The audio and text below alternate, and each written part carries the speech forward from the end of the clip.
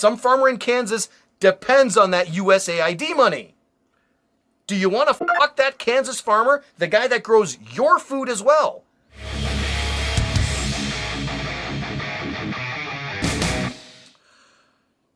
Fart ass shit, I got nothing. Welcome to Two Gaming Dudes. Can I tell you why USAID is important? You can, absolutely. Keep in mind, this whole thing started because Mike and I were sitting on the couch, we were watching YouTube. We saw something that came online, and we started commenting on it, and it was actually my wife sitting on the couch. She looked over at us and goes, "Why don't you guys say that on camera?" Here's the thing. I'm not going to talk about the virtues or the pitfalls of foreign aid. I'm just going to explain to you why we do it, and you guys can decide for yourselves if it's important to you or not. Right. But there is a thing in politics called soft power. It is the opposite of hard power. Hard power is we're in negotiations with some country, and I'm going to fly to wherever, Ecuador, okay, to discuss some trade deal. By the way, our aircraft carrier is 30 miles off your coast. An aircraft carrier is hard power. Right. That is Soft a show power of intimidation. Soft power is very different. Soft power, there's a uranium mine in Uganda, and we'd like access to it. There are warring tribes and some political unrest because there's a famine in Uganda. You know what? We've got 30 million tons of grain. We're happy to send it so these villagers don't starve to death, and there's some political stability. Oh, that's great. Have at that uranium mine. You guys earned it. Yeah. And suddenly we have access to that uranium mine. That's soft power. You decide if that's important or not. There's also influential power. And all the different levels of that. We see it in our influencers, in your social media influencers. But like Mr. Beast, for example. Think of it like this. You go to a foreign country and you feed their children. Yeah. And everything that you feed them has the American logo on it. They see the American eagle, the American flag. This food that we're giving you because you were starving, hey, this came from America. Wow, America's this amazing, amazing place. They've fed our family for generations. And now that kid grows up into an adult, gets a job in politics, and is going to sing America's praises over and over again. We should absolutely help America. We should absolutely do things for America because they fed us. That's a different. That's kind of a long game. If you were to ask what is the benefit to us, there's a secondary and a tertiary, perhaps, benefit. Mm-hmm. Besides opening access and making goodwill that benefits us later in the future. Right. That 30 tons of grain, that came from an American farmer. Much like food stamps, it's not just to feed poor people. It's to keep that farmer in business. That money is a little extra rather than let that grain rot on the field. That farmer gets paid for it and makes enough to plant next season and keeps that farm in operation. For example, because you got a great example, and we'll break this down into simple layman's terms, of the farmer that makes 50 bushels of corn. Okay. So 100 bushels of corn. He produces 100 bushels of corn or sorghum or whatever, and he sells 75 of them to Kroger, Walmart, ConAgra, some distributor, whatever. He sells 75. Well, the other 25, he's got no market for it. So in the day, decades ago, the government decided, okay, let's put together this SNAP food assistance. There are poor people that need food. This guy has food. He can't just give it away. Right. We'll buy that extra 25 bushels from you, and we'll distribute it to this school lunch program. And now the farmer makes enough money. He can buy that new tractor next year, which keeps John Deere in business. And the poor people get fed, and his farm gets to continue, and he hires farmhands and all that shit. Exactly. You do away with that. Now he sells his 75 bushels to Walmart, and the other 25 rots away. Literally. And literally now rots. He has to decide, well, next year, I'm obviously not planting 100 bushels. I'm going to plant 75. Oh, shit, there was a drought. I only produced 50 this year. Guess I got to shut down the farm in year 3. This is why I complain when I say the whole Trump administration is the fourth grader that gets up in front of the class to give the book report, and within 10 seconds you can tell they didn't read the fucking book. You can't just make willy-nilly decisions like this. It's a domino. You need to see what the downstream effect of that decision is. Right. And it's not just, fuck Africans. I'm not paying to feed Africans. You're paying to have access to those resources and to keep that farmer producing to keep food prices cheap for you. Some farmer in Kansas depends on that USAID money. Do you want to fuck that Kansas farmer, the guy that grows your food as well? That's the stupid, short-sighted bullshit that you're doing. Because you want to own the libs. Okay, well, you stuck it to them, and you stuck it to that fucking farmer in Kansas, too. Yeah, and you kind of stuck it Well to done. Was it worth it?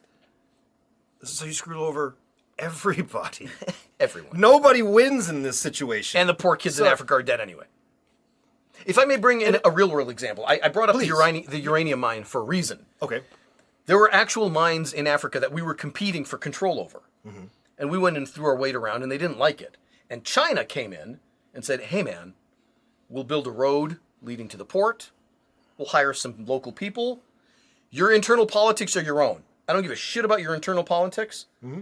We just want access to the mine, and we're willing to pay you for it. You want to do business with us or these fucking Americans? And they picked the Chinese. And now Africa is under a Chinese sphere of influence. That's bad fucking news for us. Very. Was it worth it just to own the libs? Well, yeah, because this way America can just rely on itself. Well, now you're getting into the isolationist territory, and that sucks for all new kinds of reasons, which we'll get into in another video because there's so much involved in that. Ask Iran or North Korea what it's like to be a fucking pariah state. Right. It doesn't matter how strong or tough you are. When you're alone, you are vulnerable. Yeah, and everything stops. Your ability to innovate, to create anything new, all of that gets cut off. I'll get into that in another video. Right now, I just want to talk about this specifically. So I understand, yes, you can cut some money and you can cut USAID and you'll save some dough. Just you need to understand what the costs of doing that really are. Right. It's not just that you save a few billion. The downstream effects are a lot more expensive. And again, you have to read the whole book. Yeah. I'm sorry, we live in a world where you need to have the information to make a smart decision. You do. And when you're going based off of, well, I saw the president scream, fuck it, just do it anyway. Just do it anyway. You're like, yeah, finally a president who's going to stand up for American rights. Yeah. That's not what's happening. And I didn't know how to explain it, so I always get flustered, but yeah. That's perfect. It's exactly that. Let's do away with this faggy liberal part of FEMA. Oh, they're the guys that go rescue people every year when the Mississippi River floods? Oops. Let's fire this 20 assholes. Oh, they're the guys that safeguard the nuclear arsenal? Oops. You didn't read the book. No. You're not good at this. You're not qualified for this. I know there's going to be an argument in here.